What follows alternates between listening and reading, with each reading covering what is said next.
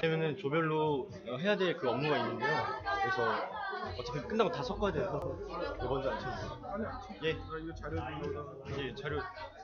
잠시만요. 잠시만요.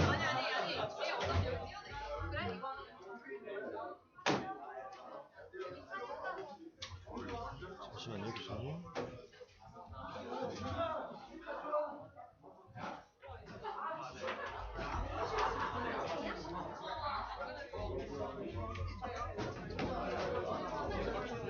예, 예. 누나. 예. 저 이름 저기 수강 신청 언제 하셨어요, 혹시? 어젯밤에. 그러면 안 들어갔을 거예요. 제가 좀 더 넣어드릴게요. 예. 형 넣었습니다. 네, 제가 넣었어요. 예. 지금 수강 신청 언제 하셨죠? 예전에 예전에 하셨어요. 성함 어떻게 되시죠? 민샘이요. 민쌤이요? 이름이 제가 못 본 것 같아요. 제가 넣어드릴게요. 네. 예. 저도 학과에서 받은 건데, 잠시만요. 확대를 예. 될것 같아요. 이걸 이렇게요? 예. 저기 지금 조에 이름이 없으신 분들은 수강 신청을 어제 오후 좀 늦게 하셨거나 아니면은 지금 누락되신 분들 몇 분 계시거든요. 그런 분들은 일단은 그냥 원래 앉아 계시던 자리 앉아주세요. 예, 빈자리 앉아주세요. 예.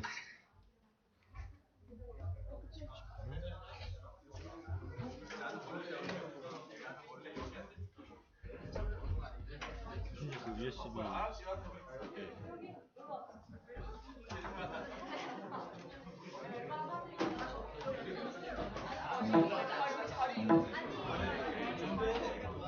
A조는 저쪽 조교한테 여쭤볼 수 있어요?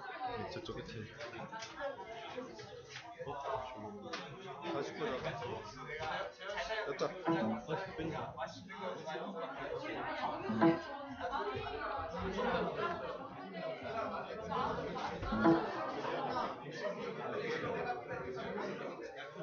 조 원장님 혹시 오늘 강연 몇 시간 정도 하시죠? 한 1시간보다 더 적게 할까요? 예. 저희 학생들이 좀 준비한 질문, 좀 취약한 질문들이 있거든요. 그 강연 끝나시고 제가 PPT 띄워드릴게요.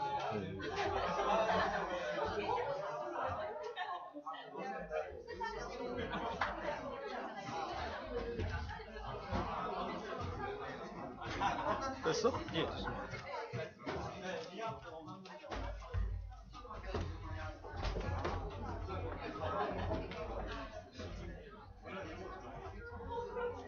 슬라이드까지.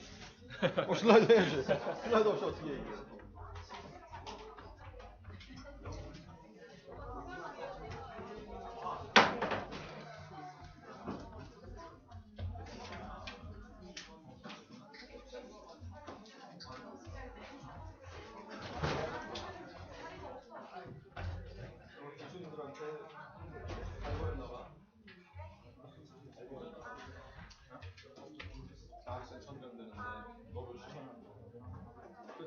자리가 없어요.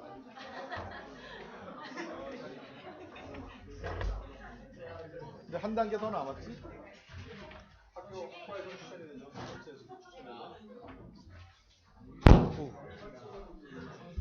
예, 그러면 우리 2014년 학년도 봄학기 저는 소개할 필요 없잖아. 하지 말아요. 이름만 하지. 누가 한다고? 예, 우리 콜로퀴움을 시작하도록 하겠습니다. 다 같이 박수로 우리 시작해 보겠습니다.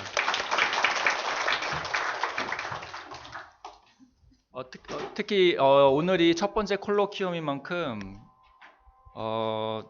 우리 대학원에서 또 우리 대학원을 운영하는데 가장 중요한 역할을 해주시는 우리 그 이동박 원장님을 모셨습니다. 그 원장님 모신 이유는 우리 이제 신입생들도 많이 있으니까 우리 CT 대학원이 어떠한 비전과 철학을 갖고 앞으로 나가는지에 대해서 공유를 하고 그 공유된 어떤 정신을 바탕으로 열심히 해보자라는 그런 취지에서 우리 모셨고요.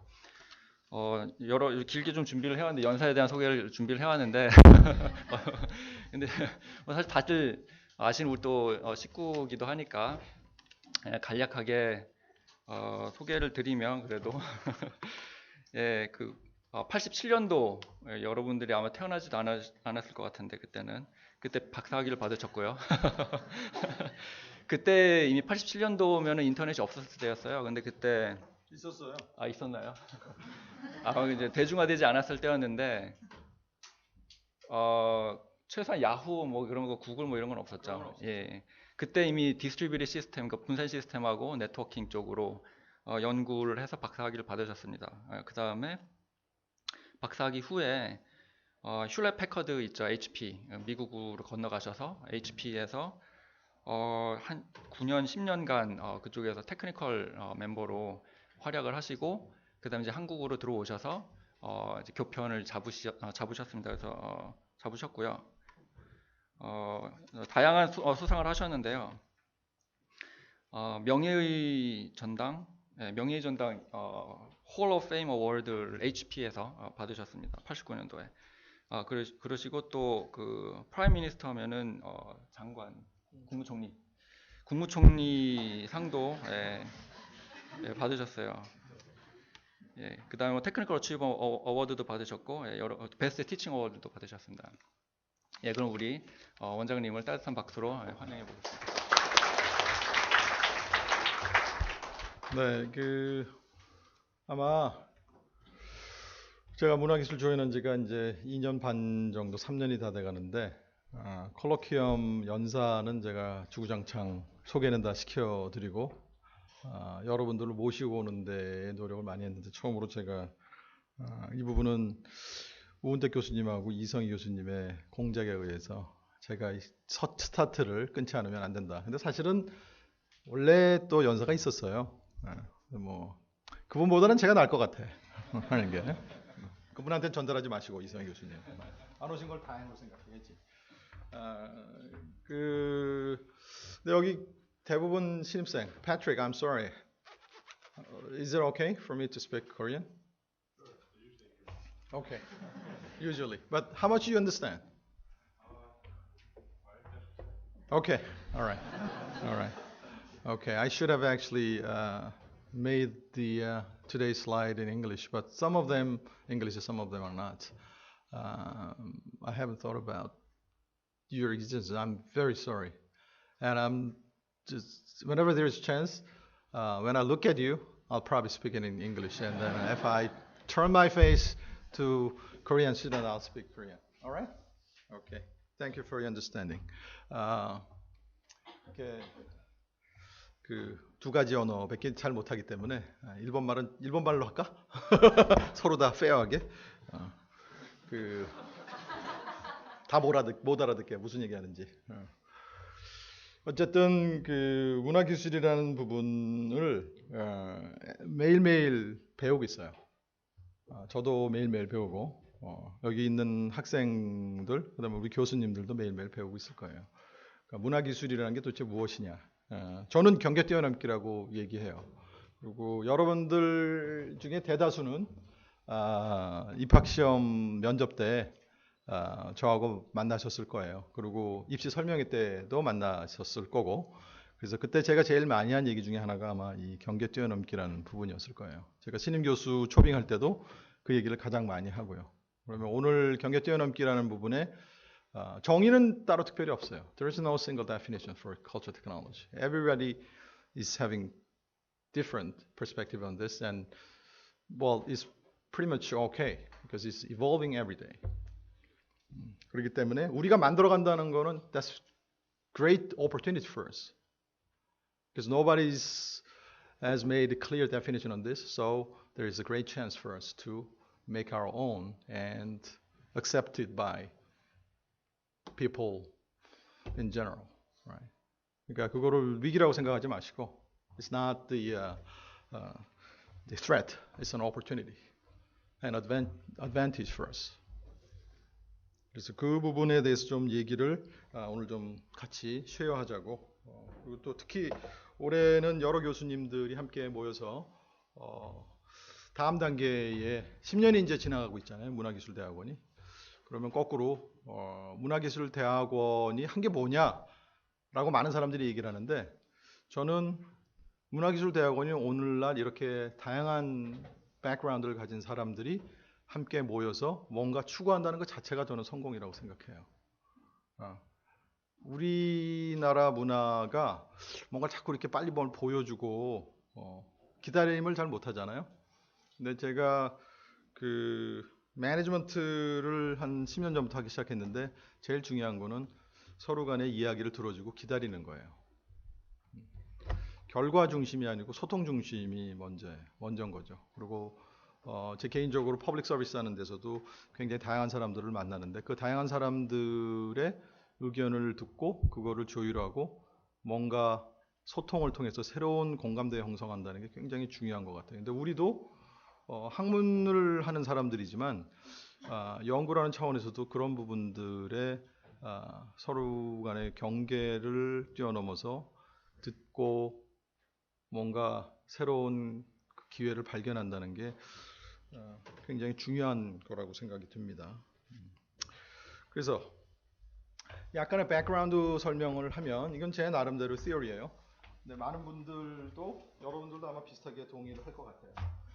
지금까지 지난 한 200년 정도 산업혁명에 그래서 오늘날까지 최근까지도 아직도 우리가 여기 있는 것 같아요. 요즘 이제 이런 얘기를 많이 하죠. 그러니까 기술이 세상을 지배라기보다 지배라고까지 표현할 수도 있죠. 아니면 마켓을 드라이브 했어요.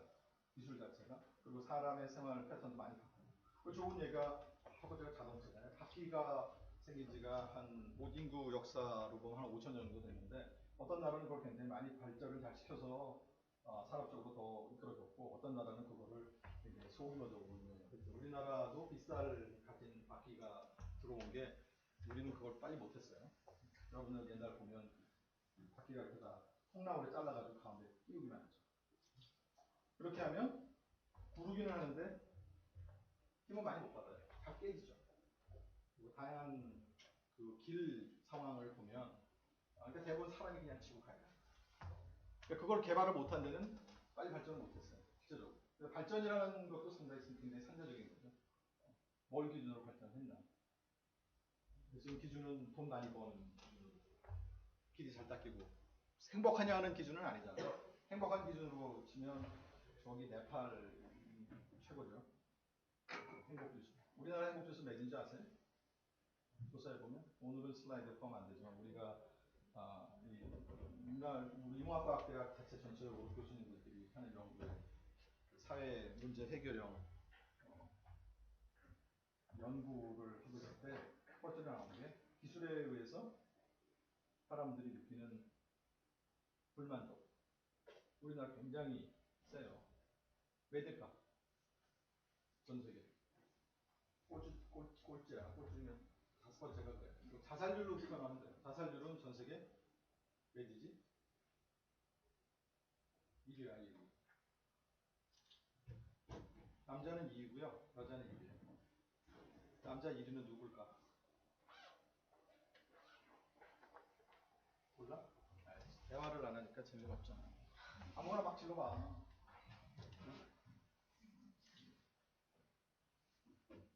Thank you. Do you know which country is number one suicide rate? Romania? Yeah, it's quite similar. It started with R. The male side. Female is Korea is number one. Male, not Romania, Russia.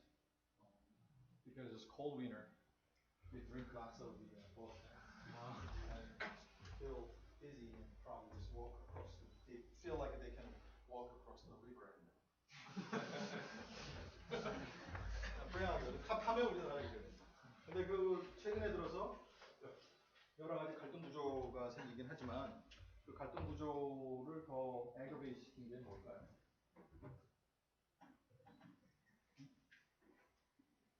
갈등 구조를 여러분들 몰라? 여러분들 저 이제 대학 갓 졸업한 친구들은 왕따라는 말이 그때는 없었어. 제가 어릴 때는 없었어요. 왕따라는 말. 여러분들은 왕따라는 말을 학교 다니면서 겪었잖아. 그리고 최근 들어서는 그 왕따가 뭘로 더 심해지냐?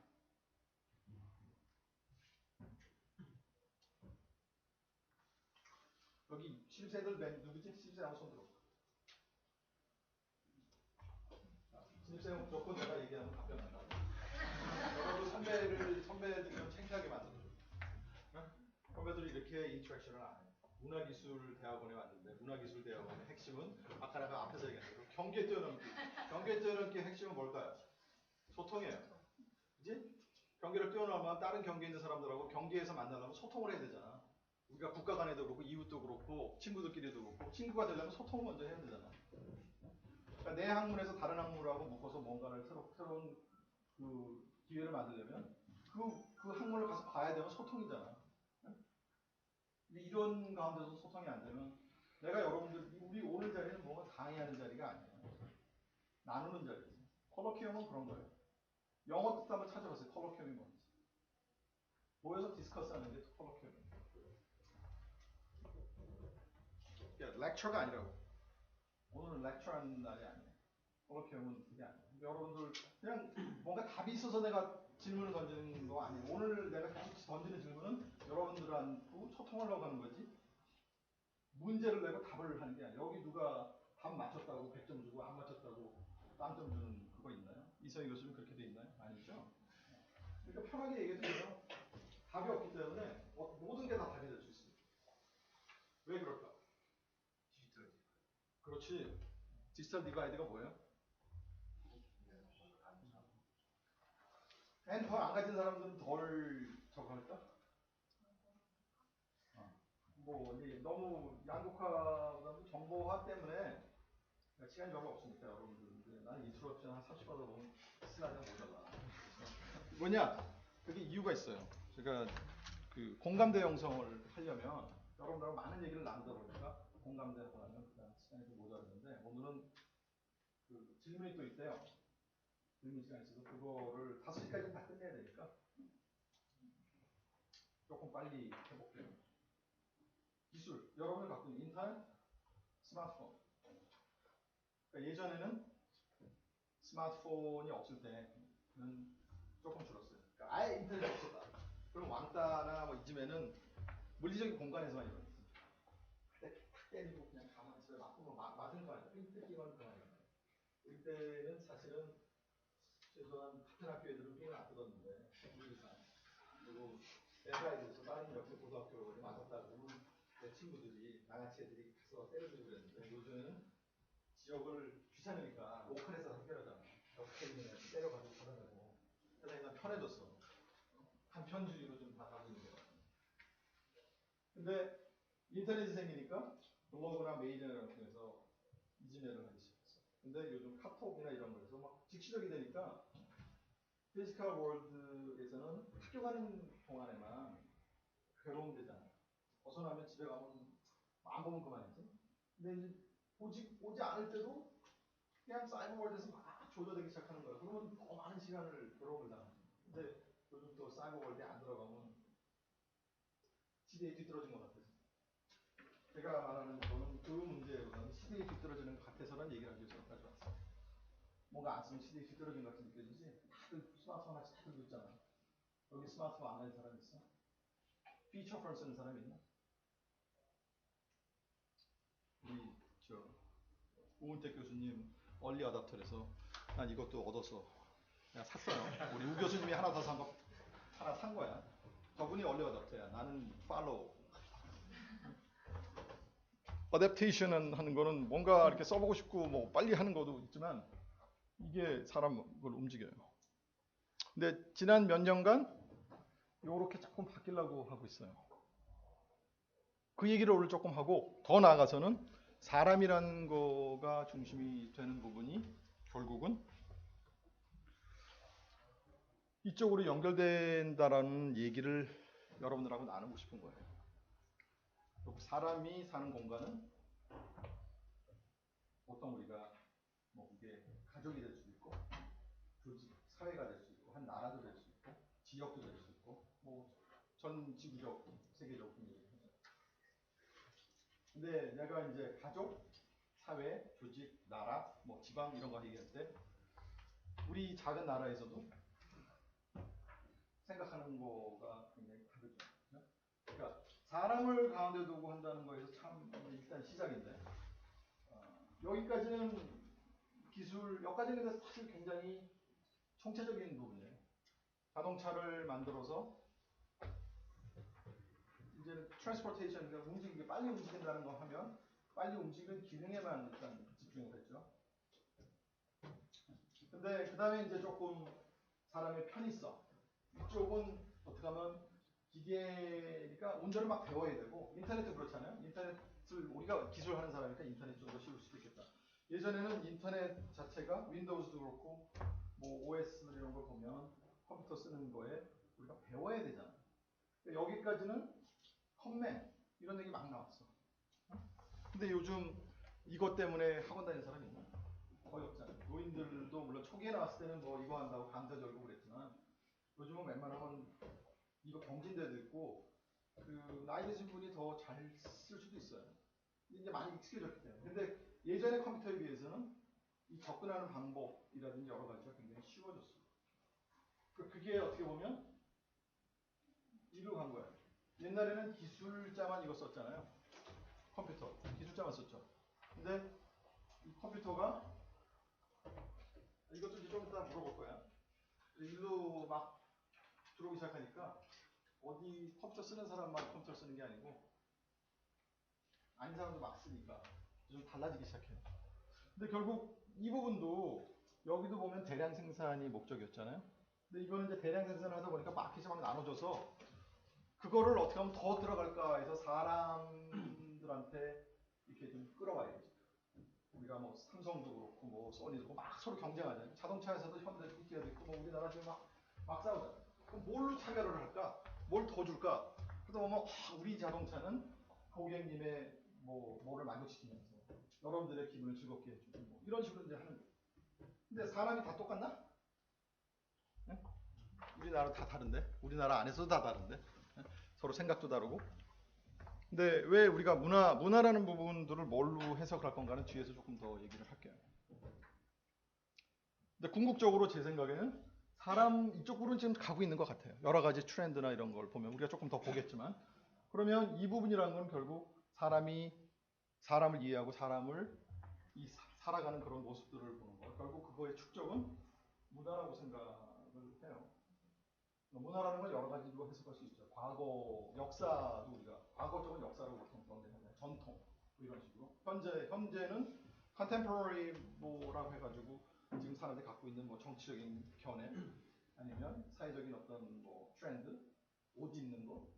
그다음에 미래에는 또 새롭게 사람들이 또 만들어가죠.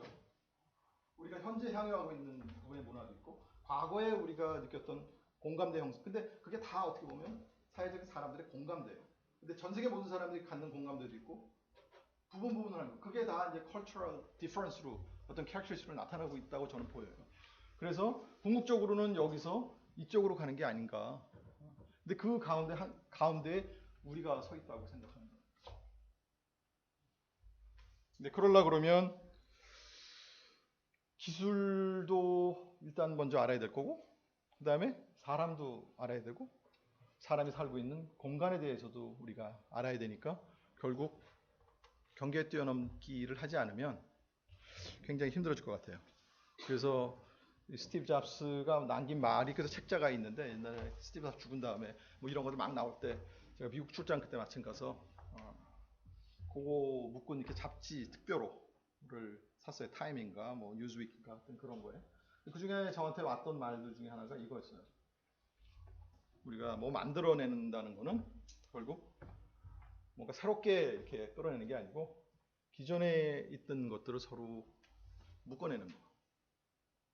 보지 않았던 부분들을 보게 해주는 거죠. 근데 이렇게 묶어내려면 그것들이 어디 있는지를 알아야 되잖아요. 묶는다는 것 자체가 다양한 성질의 띵들을 묶어낼 수 있다는 건 다양한 띵들이 뭔지를 안다는 얘기예요. 그렇죠? 근데 그게 결국 더 서로 제가 말씀드리는 이제 다시 질문을 할게요. 이쪽 거는 뭔지 아십니까? 이렇게 보면 어쩌 여러분들한테는 왼쪽. 응? 왼쪽. 너 질문했으니까 이제 얘기했으니까 뭐라고 했는지 이거 먼저 물어봐야지. 뭐야? 원래 이거 할 때는 얼굴 아는 사람도 먼저 집중적으로 공략을 해야 돼. 그래야 소통이 돼. 뭐야? 빨리 얘기해. 스피커. 삼성이라고 써있잖아. 삼성입니다. 삼성 뭐야?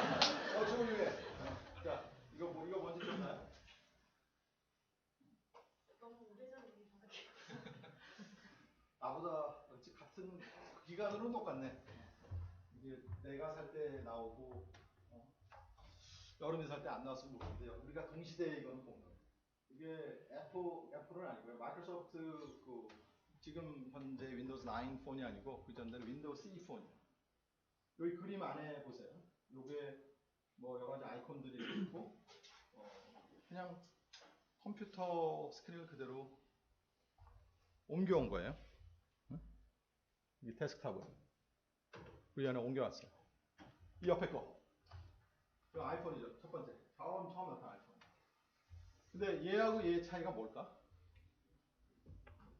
그러니까 나는 이거를 예전에는 사람 중심, 기계 중심 이렇게 했는데 이게 경계 뛰어넘기에 좋은 예라고 최근에 들어서 생각이 다시 들었어요. 여기서 여기는 뭘까? 이거 쓰는 사람 대부분이 누구예요? 컴퓨터쟁이들이잖아. 우리 같은 컴퓨터 이렇게 기술을 이걸 갖고 뭔가 매일매일 활용하는 사람들이 대부분이죠. 그죠? 그리고 이거를 여기다 옮기려고 했어요. 마이크로소프트.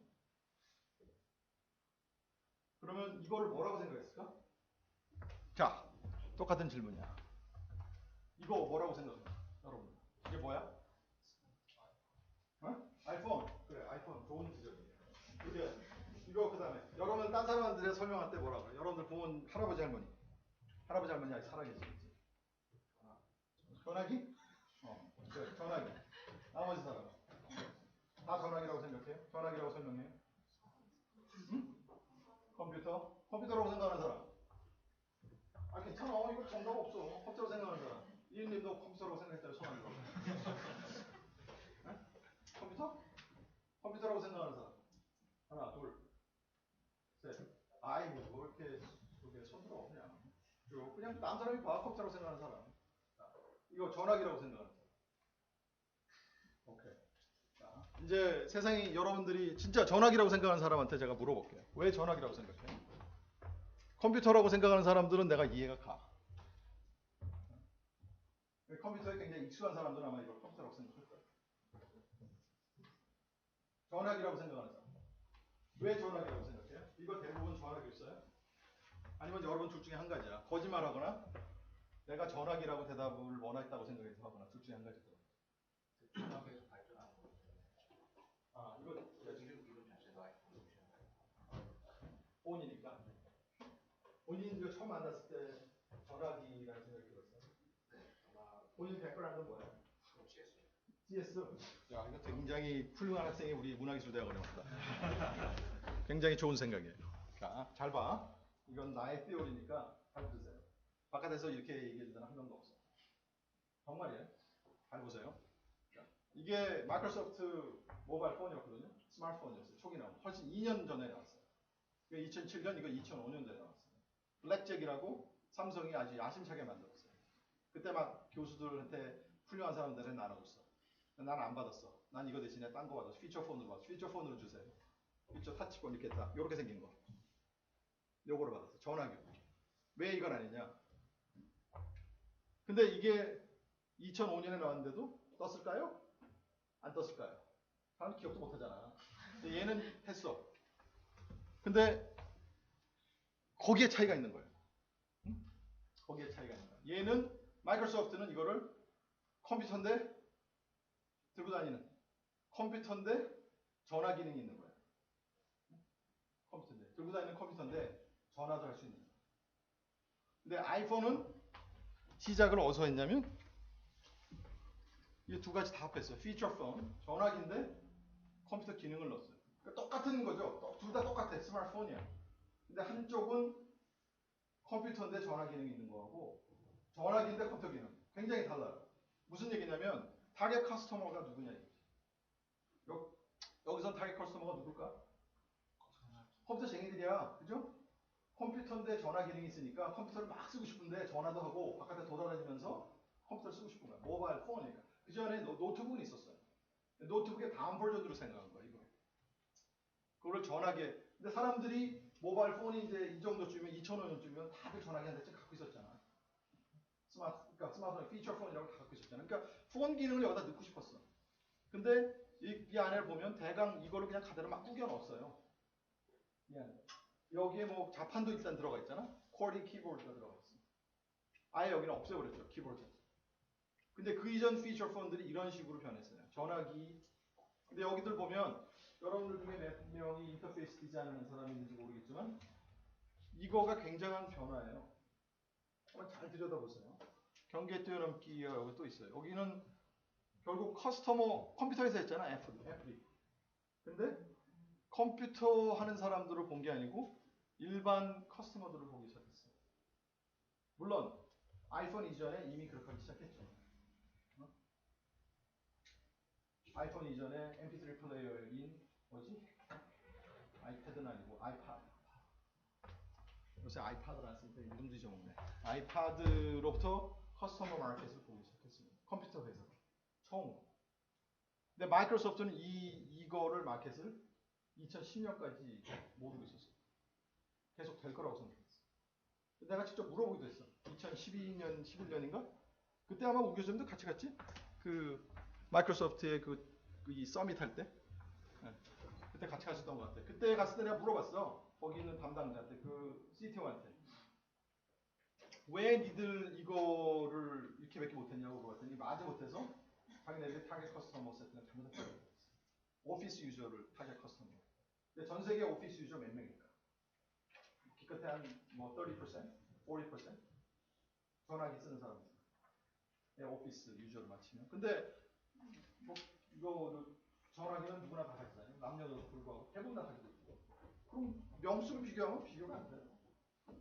근데 윈도우즈가 이 애플이 거기서부터 보기 시작한 게 결국 저는 이거가 타겟 마켓 세팅도 중요하지만 컴퓨터 회사인데 일반 가전이나 그런 회사처럼 생각하고 미리 일찌감치 뛰어넘었다고 저는 생각합니다. 그렇기 때문에 물론 여기 뭐 디자인 예소 여러 가지 있지만 결국 바깥에 이 얘기가 소위 요즘 뭐 옛날 한때 그 스티브 잡스가 자기 애플 아이폰 내면서 자기네는 테크놀로지와 리버럴 아트가 만나는 곳이라고 얘기를 했잖아요. 사실 뭐 리버럴 아트가 거기 인문학이 얼마나 거기 들어왔겠어요. 근데 그거는 어떻게 보면 기술과 사람이 사는 누가 이걸 쓰는 기술을 누가 쓰는가 해당되는 부분에 크로스 오버를 본 거라고 나는 생각이 들어요. 많은 사람들이 그 부분을 조금 더 오버 이렇게 엠파사이즈를 해서 그러긴 하지만 그 다음에 또 한 가지 예를 하나 들어드릴게요. 제가 이거 얘기를 많이 듣는데 여기 보면 이거 뭔지 아시죠? BMW Z4예요. 스포츠카. 돈 좀 벌면 이런 거 하나 싹 긁어서 야타하는데 참 좋은 그런 거죠. 쫙 끌고 나가면. 근데 이게 핵심이에요. 이거 디자인한 사람이 지금은 삼성 그 유럽 쪽의 디자인 센터장이에요. 크리스 뱅글이라고 해가지고 재작년에 삼성에 영입됐어요. 그때 그거 하면서 중앙일보에 기사가 났어요. 그래서 제가 그거를 읽으면서 그 기사 중에 저한테 와닿는 게 있었어요. 기자가 거꾸로 이제 뭐 어떻게 디자인했냐 물어봤어요. 근데 그 크리스 뱅글이 거꾸로 기자한테 물어본 거예요. 이 Z4 옆에 이 날렵한 라인을 할 때 내가 뭘 생각을 본인은 뭘 느끼냐 이제 뭐 멋있어 이렇게 얘기를 했겠죠. 근데 크리스 뱅글은 뭐라고 했냐면 이 옆에 날렵함은 이브가 에덴 동산에서 선악과를 딱 먹고 나서 자기가 먹고 있다는 걸 느꼈을 때의 부끄러움을 표현하고 싶었대요. 근데 크리스 뱅글이 학부는 인문학대학, 소위 말하는 리버럴 아트 스쿨을 나왔고요. 대학원은 아트 스쿨, 디자인 스쿨을 나왔습니다. 근데 같은 디자인하고 결국 문화라는 건 나중에도 얘기했죠. 저는 하나의 이야기라고 생각해요. 과거에 있던 역사는 과거의 이야기고 요즘 하는 건 요즘의 이야기고 미래는 미래를 예측하는 이야기라고 해요. 이야기 구조. 이야기 구조가 이 문화라는 거가 뭘까요? 과거도 있고 현재도 있고 미래도 있다는 게 뭐예요? 끊임없이 이버빙 한다는 얘기잖아요. 이야기도 마찬가지예요. 한 사람의 이야기를 만들면 그 이야기에 또 다른 사람이 더해서 새로운 이야기가 만들어지고 끊임없이 변화해가면서 재창조를 해나간다.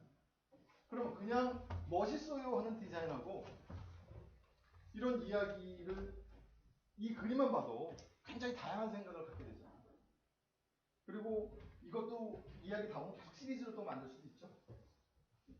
다음 시리즈인데.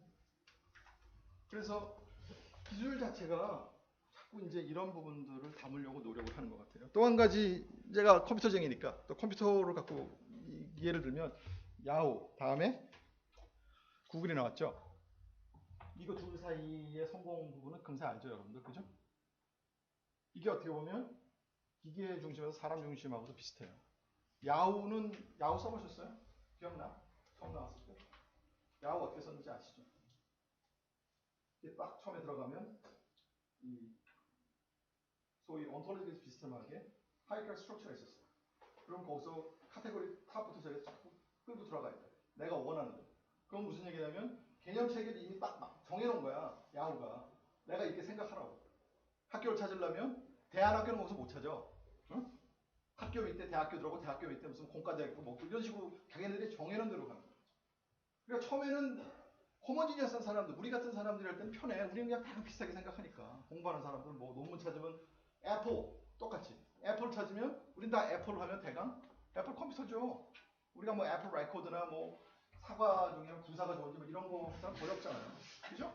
그냥 우리끼리 할 때 야 최근에 애플에서 뭐 나온 거 봤어? 이렇게 얘기하지 애플 컴퓨터에서 나온 이렇게 얘기 안 하잖아요. 그럼 무슨 얘기냐면 여기에 있는 대사선언은 애플하고 할 때는 referring to Apple computer, right? Not anything else. 그럼 벌써 굉장히 호모지니어스한 커뮤니티를 하는데 인터넷이 자꾸 늘어나니까 그거 굉장히 다양한 사람들을 느끼기가 힘든 거야. 그 다음에 이제 구글은 생각해보니까 야 뭐 인터넷 점점 늘어나는데 그 마켓을 보기 시작한 거야. 우리 같은 사람이 아닌 다른 사람들도 인터넷 쓰게 될 거다라고 생각해서 그럼 뭘로 하겠어? 사람들이 많이 보는 거 기준으로 하면 단어에 따라서 다르게 나타날 수 있는 가능성을 본 거예요. 그래서 페이지 랭크라는 시스템을 걔네들이 만들었잖아요. 물론 뭐 그 안에 굉장히 다양한 부분들이 있어요. 근데 이것도 더 많아지다 보니까 인터넷 인구가 한 500만 명 될 때는 그래도 몇 개로 나눌 수 있어. 가지수가. 근데 그게 1억이 되고 몇 10억 넘잖아요 지금 전 세계. 그 많은 사람은 구분을 나누면 굉장히 가지수가 많겠죠. 1000만 명씩만 나눠도 10억이면 100개 이상이야. 그치? 100개 이상이 다른 클래스가 있는 거야. 그러다 보니까 일로 넘어갔어요. 여러분들 구글 플러스 써봤죠? 구글 플러스 뭔지 알죠? 소셜 네트워킹을 해서 자기 프로파일 베이스로 해가지고 설치해줘요. 마이크로소프트 빙도 비슷해요.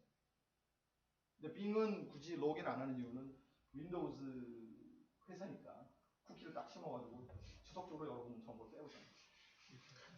그러니까 로그인 안 해도 돼. 여러분들이 하고 있는 쿠키 정보를 그냥 받아다가 뭐 했는지 다 아니까 그거 갖고 정해서 대강 여러분들 게싱. 그래서 마이크로소프트 리서치에서는 대강 그 쿠키를 보고 여러분들이 어떤 종류의 사람인지를 게싱하는 알고리즘을 굉장히 많이 지금 리서치하고 있어요. 특히 이쪽 아시아 마이크로소프트 리서치 중국에서. 북경에 가면 여러분들 관심 있으면 그쪽으로 인턴십 하는 부분도 아마 생각해 볼 필요가 있을 거예요. 그래서 그러면 이제 문화라는 부분들을 오기까지 여러 가지 앞에 부분을 얘기를 했어요. 그래서 문화는 이건 제가 만든 게 아니고 여기 교수님 중에 한 분인데 제가 기억을 못하겠어요. 그래서 오늘은 여러 교수님들 만든 거 다 제가 동의 없이 다 동의하실 거라고 가정하고 갖고 왔어요. 문화라는 거는 이런 것들. 그래서 저는 어떻게 얘기하냐면 이게 결국 무슨 얘기냐면 공감대. 근데 공감대라는 거는 모든 사람을 다 포함할 수는 없어요. 결국 구분이 지어줄 수밖에 없어. 그게 지역적이 되든 같은 사상을 갖든 아니면 뭐 어떤 형태의 나이대가 될 수도 있고 아니면 이 남녀 성별이 될 수도 있고 직업이 될 수도 있고 굉장히 다양하게 나눌 수밖에 없어요. 공감대 형성이라는 거. 보기에 따라서. 근데 어쨌든 총체이기 때문에 공감대예요. 축적. 그리고 어떻게 보면 역사 쪽 과거 형태에 해당되는 거는 그런 common behavior의 social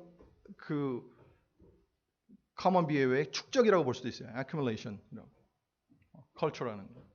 그러면 결국 이 부분이 이게 문화 부분이 이렇게 되는데 동시에 또 우리가 이 인터넷이라는 새로운 기술을 통해 가지고 사람들 사이에 쭉 연결되는 글로벌라이즈 된 부분도 있어요. 그러니까 문제가 이렇게 하나로 쫙 줄일 수 있으면 굉장히 좋은데 그 부분이 또 이렇게 커먼하게 서로 언더스탠딩 되는 부분이 똑같이 있기 때문에 두 개를 같이 봐야 되는 게 우리의 또 챌린지 부분의 하나로 볼 수 있는 거예요. 그래서 어쨌든 사람들이 갖고 있는 공감대라고 이 공감대 부분을 왜 그렇게 할까? 아까 말한 대로 우리가 애플 vs 마이크로소프트 누구를 중심으로 둘 건가? 사람들이 어떤 생각을 하고 있는 것을 알아내는 것 자체가 이 부분이에요. 그래서 요즘 자동차들도 보면 옷도 그렇고 화장품도 그렇대요. 작년에 우리 컬러큐엄 할 때 한 분 오셨었는데 한원혁 사장이라고 여자분들은 여학생들은 알겠지? 클레어라고 제품 아세요? 네, 거기 사장 네. 제 친구인데 그래서 불러왔어요. 그래서 왜 화장품 사장을 했냐? 그 사람이 사회학과를 나왔어. 그래서 그 다른 회사랑 달리 커스터머 일을 찾아내는 것 자체가 굉장히 사회학도였기 때문에 그거를 버리지를 못해요. 표본 조사하고 사람들의 어떻게 느끼는가 그걸 통해 가지고 제품 개발도 하고 연결도 하고 그래요. 근데 한현욱 사장이 또 얘기하는 부분에 재밌는 거가 뭐냐면 결국 로컬 마켓에 있는 사람들의 분석을 해서 그 사람의 현지화시키는 게 굉장히 중요하대요. 예전에는 몰라 한때는 아마 이렇게 했을걸? 명품 화장품 브랜드 있는 화장품이면 그냥 한국 사람이 맡은 틀리는 다 샀잖아요. 옛날에 외국 여행 가면 한 번씩 다 들고 왔잖아. 근데 요즘 그래서 주면 여러분들 싫어하잖아. 우리 피부 색깔에도 안 맞고 나한테도 안 맞는데. 그 사람들이 우리나라 사람들을 맞추기 시작했어요. 자동차도 한번 보세요. 예전에는 어느 나라든지 매니팩처링 사이트 싼 데만 찾아갔어요. 우리나라도 그랬잖아. 대우가 뭐 그렇고 현대도 그렇고 막 동유럽에 막 공장 세고 막 그랬잖아요. 왜 그랬을까? 어디든지 싸게만 만들면 되니까. 대량 생산. 소품종 대량 생산이 됐어요.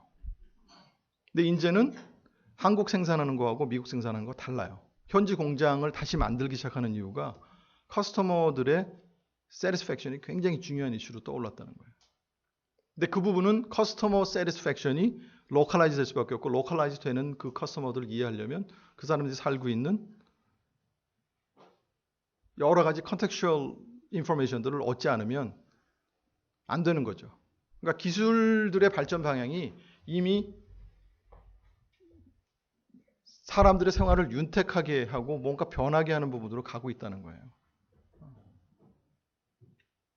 그래서 이 이름 여기 보면 갖고 있는 기대하는 부분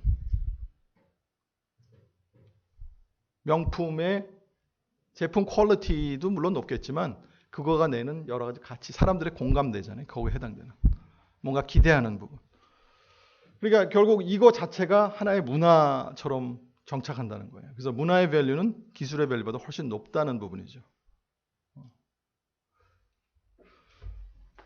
여기 지금 보면 이게 저한테는 굉장히 지난번에 이게 작년에 이 사람이 얘기한 얘기인데 소비자의 행동은 결국 문화적인 코드에 의해서 결정된다는 거예요. 그러니까 어떻게 느끼는가. 그러면 부가가치나 새로운 어떤 산업을 만들기 위해서는 그 산업에 해당되는 제품을 쓰고 있는 사람들의 컬처 코드를 이해할 수 있어야 된다는 거죠. 그래서 새로운 변화가 여러 군데서 막 이루어지고 있어요. 그래서 조금 더 나가면 그러니까 문화기술이라는 거는 여기 이것도 딴 교수님이 제가 표현하는 거하고 또 달라요. 그런데 결국 중요한 부분은 문화를 하나의 코드로 이해를 하고 그 코드로 이해된 거를 기술과 결합한다는 거예요. 근데 코드로 이해한다는 말이 무슨 말일까? 문화라는 건 아까 제가 앞에서도 얘기했죠. 이게 live animal이에요. It's a living thing. 문화는 그냥 과거도 있고 현재도 있고 미래도 있으니까 계속 변해가죠. 그리고 10년 전에 있었던 우리가 갖고 있었던 공감대 문화하고 현재 문화하고 또 10년 후는 또 다를 거예요. 그러니까 하나로 정착하기가 굉장히 힘들어요. 우리가 인간 사회의 학문도 그렇고 그런데 인문 사회학은 굉장히 abstraction 하는 데에 왜냐하면 개념 자체를 하나 픽스를 시키다는 것 자체가 굉장히 두려운 일인 거예요. 왜냐하면 100년, 10년 후에 그 똑같은 문제에 대해서 다르게 생각합니다. 우리 요즘 경제도 한번 보세요. 경제론도 비슷해. 신자유주의라고 해도 굉장히 그것이 국가가 중심에서 막 양쪽 팽창하는 게 무지하게 좋다고 생각했어요. 그래서 금융산업 생기고 한때는 금융공학 뭐 막 생겼잖아요. 근데 지금은 다 지탄의 대상이에요. 돈 많이 찍어내가지고 그거 누가 감당하고.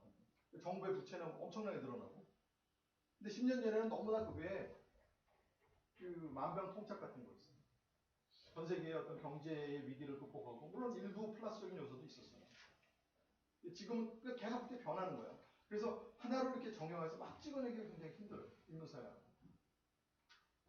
그래서 개념의 핵심을 막 찾으려고 표현을 하는데 지속 가능하게 만들려고 하니까 우리 기술 입장에서 보면 애매모호하게 어떻게 보면 애매모호한 거예요. 근데 반대로 과학기술은 실험을 통해서 증명을 하고 반복 가능해요. 제일 먼저 특징은 그거예요. 과학의 핵심은 repeatable 해요. 여러분이 증명을 하려고 그러면 repeatable 해요. 그러니까 결과를 내놓으면 그 결과의 프로세스 자체가 딴 사람이 해도 똑같은 결과를 나와요. 물론 에러 바운드는 있어요. 0.몇 프로 뭐걸 하기 나름이에요. 1% 에러가 받아들일 수 있는 범위 안에서 99.99 될 수고 99.999 될 수도 있지만 repeatable 해요. 근데 개념은 아까 말했던 repeatable 할 수가 없어요. 사람마다 다 보는 게 다르기 때문에. 우리가 근데 문제는 뭐냐? 그거를 이해를 코드로 이해한다는 자체가 벌써 코드로 만든다, 코디파이 한다는 자체가 abstract한 데서 뭔가 리얼리티로 나오는 거예요. 그러니까 우리가 갖고 있는 챌린지는 제가 여기서 말하고자 하는 건 문화기술은 abstract한 거하고 포뮬라로 만드는 마블링 해야 되는 두 부분이 만납니다. 그러니까 굉장한 챌린지죠. 비정형화된 거를 정형화하는 거랑 만나는 거라서 그 부분이 우리가 갖고 있는 기회면서 챌린지라고 보여요. 뭐 여기는 뭐 여러 가지 얘기들이 있고 좋은 얘기들이 많지만 내가 얘기하고 싶은 거는 우리가 크게 보면 이런 부분들을 얘기하고 있어요. 크게 두 가지로. 문화가 되는 기술이 있고 기술이 되는 문화고 문화를 담은 기술로서 얘기를 하는데 이게 뭐냐라는 걸 조금 뒤에서 조금 더 자세하게 설명을 할게요. 그래서 기술을 조금 더 그러니까 우리가 창의성을 더 강화하는 기술도 있을 거고 그 다음에 이런 스토리에 기반한 창의성도 있었는데 그 두 가지를 제가 이렇게 한번 표현을 해볼게요. CT가 최근에 최근이 아니고 초기에 문화기술대학원 처음 만들어졌을 때는 컨텐트 테크놀로지가 핵심이었어요. 컨텐트 제너레이션하고 컨텐트를 뭔가 이렇게 더 뷰티파이하고 여전히 그것도 굉장히 중요한 부분이라고 보여요. 근데 실질적으로 문화가 이꼴 컨텐트냐? 그건 문화부가 처음에 산업군을 할 때 이 하루 뒤에 이제 나올 얘기지만 대부분 다 소비자만 생각했어요. 문화를 향유하는 거. 그러니까 문화가 있고 그 다음에 소비자가 있고 그 이상 없어요. 그러니까 창작자하고 소비자 두 개밖에 없어. 마켓 자체로 약간 완벽하게 이분법으로 아직도 지금 그런 문화부의 대다수 공무원들은 창작자와 소비자 두 개로만 이 전체 구도를 봐요. 근데 요즘 세상은 아까도 앞에서 제가 쭉 얘기했던 얘기가 이런 거예요. 기술이 사람 중심이 되고 사람 중심에서 문화 중심으로 넘어간다는 거는 소비자와 창작자들 사이에 경계선이 굉장히 애매모호해지는 거예요. 그리고 인터넷 같은 경우는 한때 뭐 인터넷 2.0 제일 키워드가 뭐였어요? 3.0 얘기하면서 프로슈머 얘기가 나왔잖아요. 요즘은 다 그렇죠. 유튜브도 그렇고 창작자와 소비자의 구분이 거의 없어요. 텀블러, 뭐 그다음에 소셜 미디어 그 자체가 개인이 막 올리는 것 자체가 하나의 문화가 하나의 제품이 되고 그걸 통해 가지고 광고 산업 또 새로운 스타일의 광고 산업도 만들어지고 굉장히 달라지는 거예요. 그래서 컨텐트 테크놀로지를 넘어서서 우리가 문화기술이라는 부분들을 보게 되면 크게 두 가지라고 생각을 했어요. 한쪽은 기존에 창작하는 부분들의 경계선을 뛰어넘을 수 있는 크리에이티브 임파워링하는 기술, 똑같은 CT지만 이렇게 한번 이름을 붙여봤어요. 거기에는 뭐 여러 가지 부분이 있어요. 요즘 우리가 얘기하는 전시공학, 공연공학, 스토리공학 이런 부분들. 이야기를 담아내는 구조 안에 다양한 형태의 기술과 접목함으로써 표현의 한계를 한번 뛰어넘어 보자. 그래서 최근에 여러 교수님들이 일단 선도적으로 먼저 하시지만 한예종하고 문화기술대학원하고 지금 열심히 파일럿 프로그램을 시작을 하고 있어요. 근데 그거의 타겟은 첫 번째는 공연이에요. 그쪽에는 연극원 예술원이 있기 때문에 연극이나 공연을 하시는 분들이 실질적으로 자기의 예술적인 그 마인드를 표현할 때 기술을 통해서, 예를 들면 스크린 X 같은 거가 하나의 예가 될 수 있어요. 그러니까 앞에만 있는 부분이 아니라 옆에 비주얼리 새로운, 그러니까 가상적인 부분을 때려 넣어서 공간 자체의 확대성을 느낄 수도 있는 거고요. 아니면 관객이, 더 나가서는 관객이 우리가 구글 글래스 같은 걸 쓰고 연극 안에 뭔가 나타나는 부분을 추가로 우리가 3D 영화를 보듯이 추가적인 어그멘트 리얼리티를 써서 예술적 표현을 하고 싶은 거를 또 개인의 맞게 또 이렇게 변화시킬 수 있는 그런 것도 써먹을 수도 있고, 사운드 이펙트를 어떻게 또 다르게 넣어서 실제적으로 공연의 효과를 더 높일 수 있는, 뭐 여러 가지 가능성들이 많아요. 그런 것들을 함께 하는 그런 것이 저는 크리에이티브 임파워링 테크놀로지라고 보여요. 또 한 가지는 반대편 입장에서 기술에서 아까 같은 그런 문화라는 걸 이야기 구조라고 친다 그러면 그런 부분들을 끌어올 수 있는 거. 그게 가장 현재 많이 나오는 것이 소셜 미디어라고 생각을 해요. 소셜 미디어. 그 다음에 우리 공간 안에다가 실제적인 이런 공간 안에 우리가 살고 있는 공간 안에 여러 가지 의미를 부여해서 이야기 구조를 만들어내는 그런 부분들이 우리가 컨텐츠 테크놀로지를 넘어서 컬처 테크놀로지에 이거가 다라는 건 아니에요.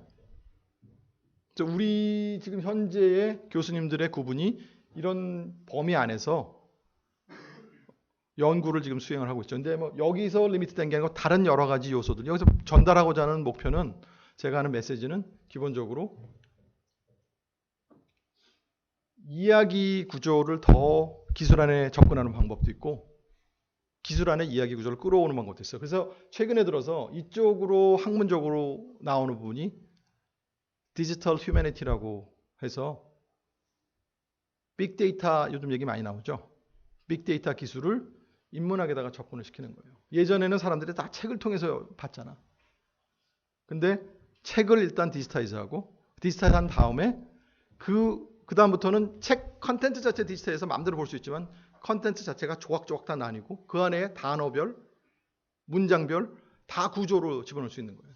그러면 어떤 특정 단어에 대해서 100년 전부터 시작해서 쫙 하는 단어가 어떤 유형으로 쓰였는지도 발견할 수 있고, 그러면 손으로 일일이 찾았던 것들을 굉장히 그동안 보지 못했던 것들을 발견할 수 있어요. 요즘 여러분들 아마 서점에 가면 저도 느끼는 게 뭐냐면 10년 전에 조선왕조실록이 컴퓨터화 됐어요.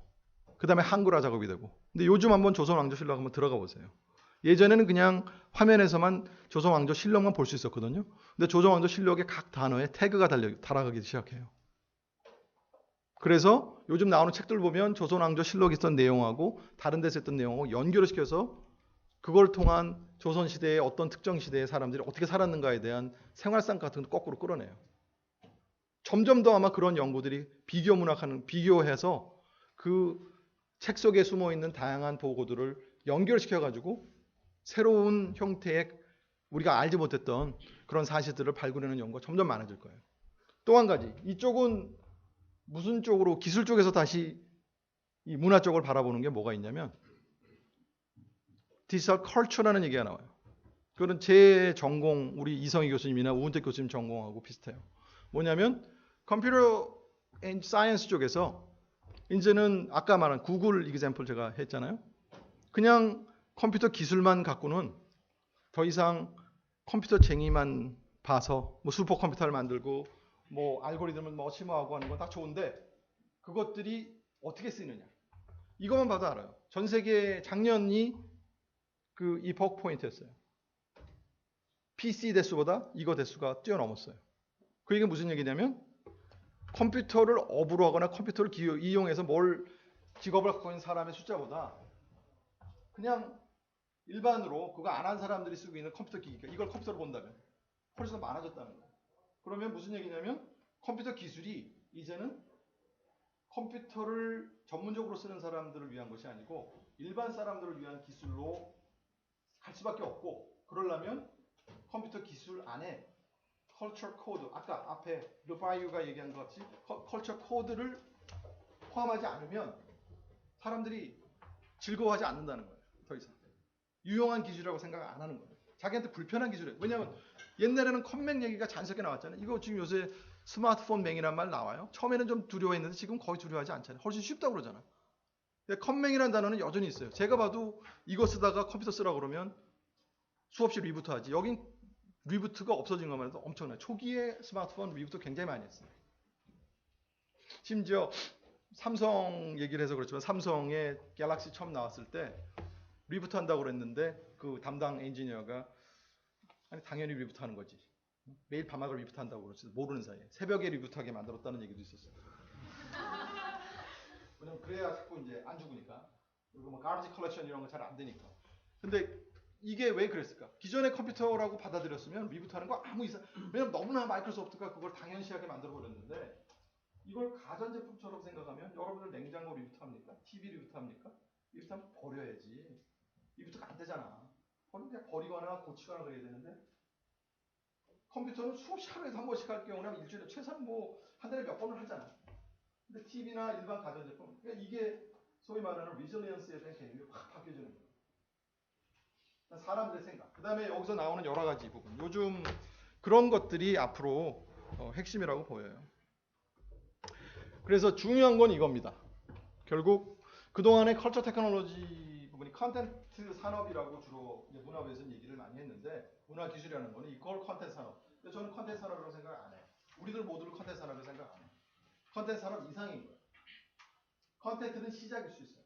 근데 이게 우리만의 모델은 아니고 유네스코에서 컬처 사이클이라고 해가지고 왜 이렇게 했을까? 유네스코가 세계 문화 보존하는 유엔 기구잖아요. 나라들끼리 모여서. 그래서 여기서 지금 요즘 제일 많이 우리나라나 일본이나 중국이 그냥 경쟁적으로 복원을 막 시켜가지고 되든 안 되든 역사 책에 막 나오니까 세계 문화유산이라고 막 때리잖아요.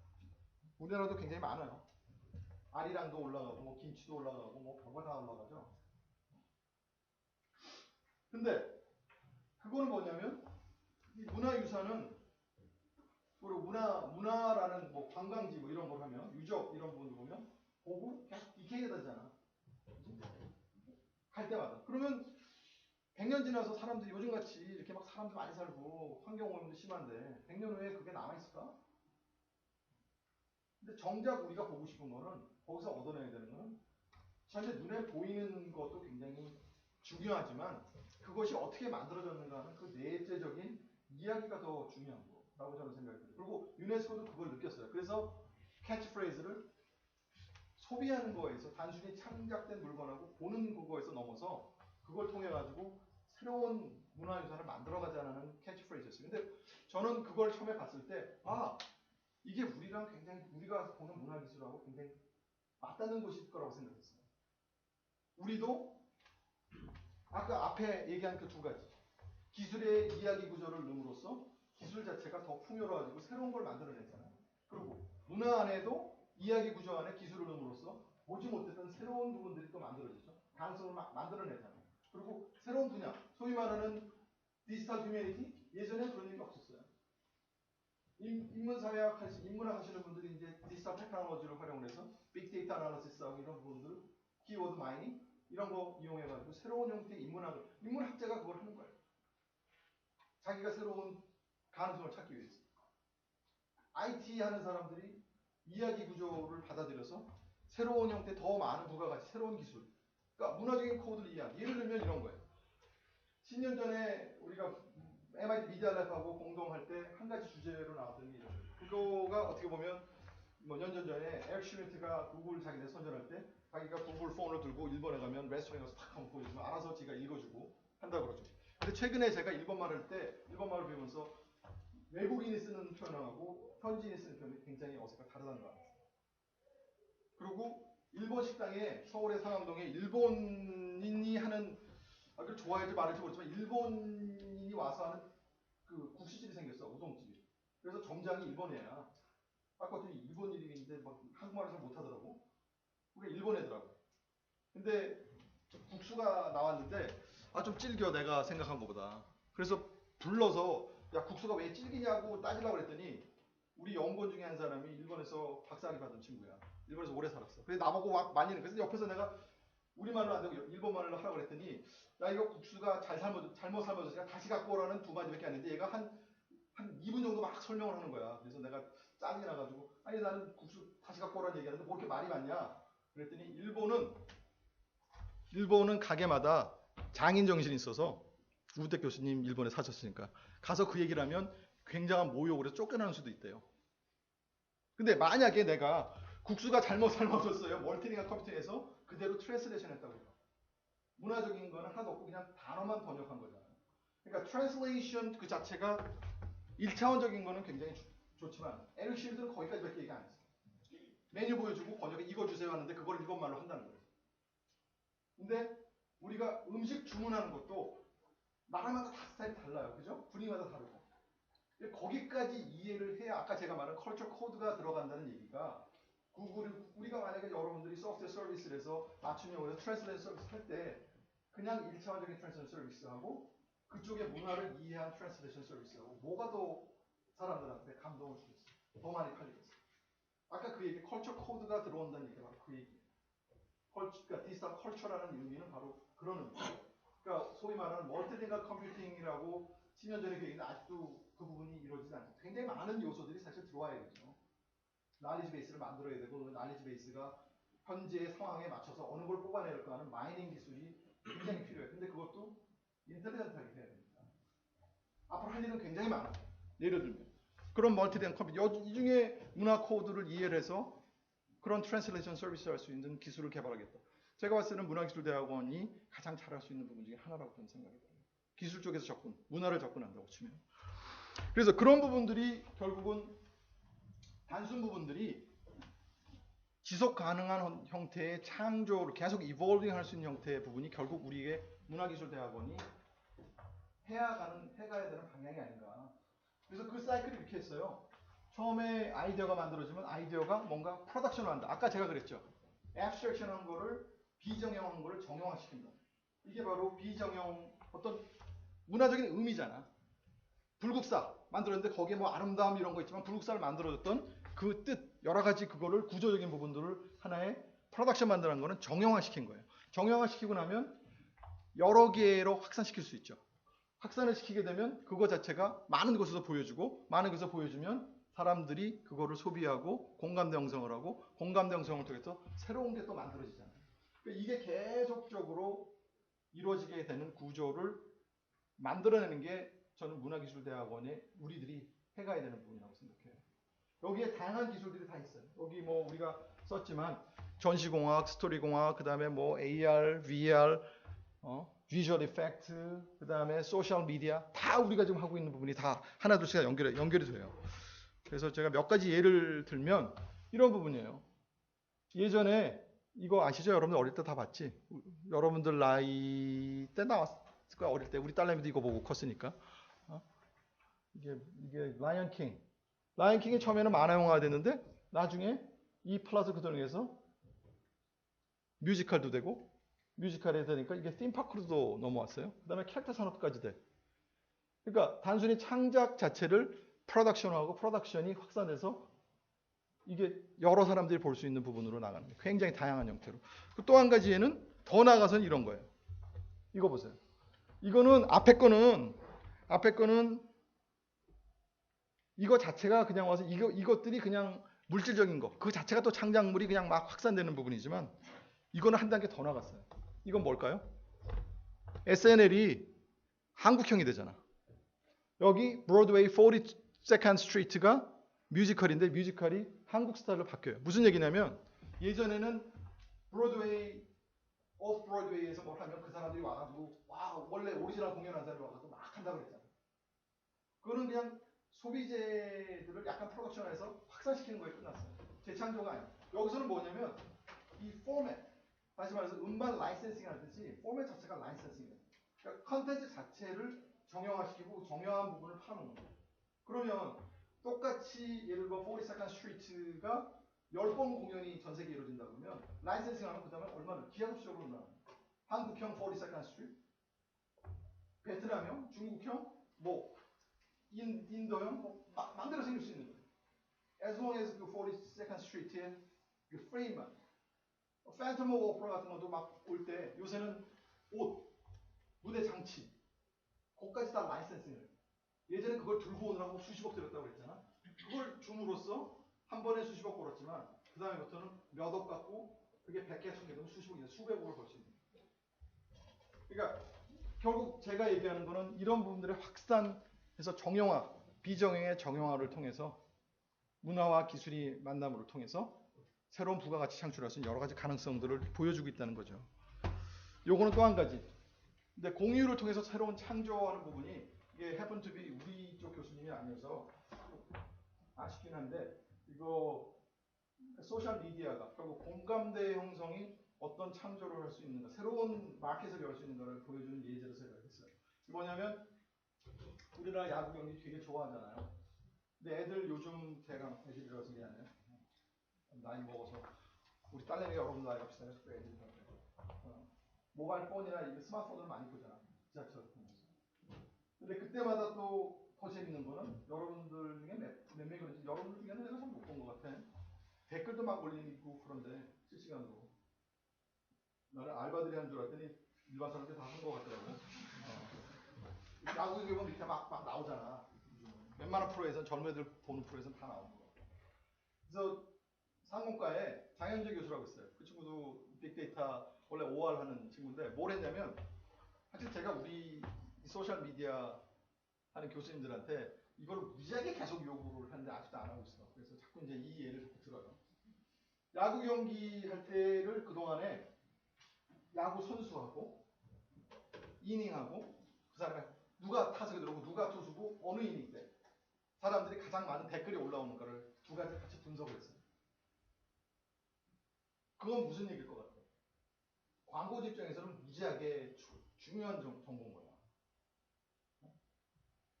광고주 입장에서는 어느 이닝 때 어느 선수가 나왔을 때 어떤 광고를 때리면 사람들이 반응이 가장 좋을까. 그러니까 그거를 쫙 분석을 한 다음에 마드닝을 하고서 그러면 오늘 누구 경기 어느 팀이 어느 선수가 이닝을 하면 한 이닝 앞서서 다음 이닝 누구가 나오는지 알잖아. 그럼 다음 이닝 때 그 전 이닝하고 다른 형태의 모바일 광고를 띄울 수 있는 사람들 막 들어 올라오는 거 보고 그리고 미리 예측 어느 광고 어느 이닝이 이 선수 나올 때 어느 이닝 때 가장 좋았는지도 나오니까 통계 자료가 있어. 결국 이게 빅데이터를 잘 활용하는 부분 아니겠어요? 감성적인 부분하고 섞어서. 그러니까 소셜 어떤 컬렉티브 인텔리전스가 새로운 마켓 형성하는 또 하나의 굉장한 큰 틀이 되는 거예요. 이게 문화적인 코드잖아요. 그죠? 사람들이 야구 경기를 보고 거기에 통해서 뭔가 의견을 막 내는 거니까. 이건 지역마다 다르고 다 달라요. 전국적으로 또 할 수도 없어. 어떤 팀이 나왔을 때 또 달라. 그거 굉장히 다른 거예요. 그러면 더 세분화할 수 있어요. 어떤 사람이 보는지. 이쪽이 LG 팬인지 무슨 팬인지에 따라서 또 다른 광고를 낼 수 있는 거예요. 그래서 마지막으로 결국 우리는 인터넷이 막 그래서 몇 년 전에 이 소셜 미디어가 중요한데 이 소셜 미디어의 핵심은 결국 문화적인 부분들 코드를 읽어내는 좋은 툴이라고 볼 수 있어요. 그러니까 이거를 어떤 형태든 이 부분은 하나의 사이클로 여기 사이클 대단한 우리말은 여기 보세요. 드라마공학, 스토리공학, 표현공학, 소셜미디어, 전시, 공연공학, 시각인지, 공간과 경영공학 이래가지고 그동안에 여러 가지 부분에 여기 보면 공학이라는 이름을 붙인 이유는 그거를 비정형인 거를 정형하려고. 문화적인 인문사회의 앱스트랙션은 공간, 경험, 공연, 전시, 뭐 표현, 드라마, 스토리 이거 전부 다 비정형인 부분이에요. 왜 굳이 공학이라고 붙였을까? 컬처 코드를 그 안에 집어넣고 컬처 코드를 뽑아내서 새로운 소셜 미디어나 아니면 새로운 표현 기술 이런 것들을 한번 만들어 보려고 하는 거예요. 그게 우리 문화기술대학원에서 하려고 하는 핵심이라고 보시면 될 것 같아요. 네, 제가 여기까지 하고 질문을 받도록 하겠습니다. 여러분들이 질문을 적었다고 그러니까. 자, 조교 나와서 질문 있다며.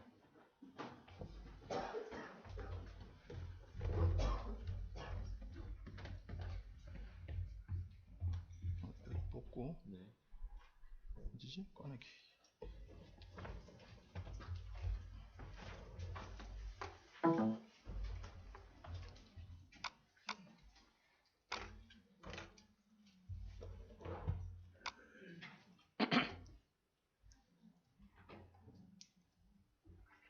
예, 여기서 더 일단 질문 껴놓고. 이거 이거 만들어낸 질문 아니야? 아니요, 저희가 다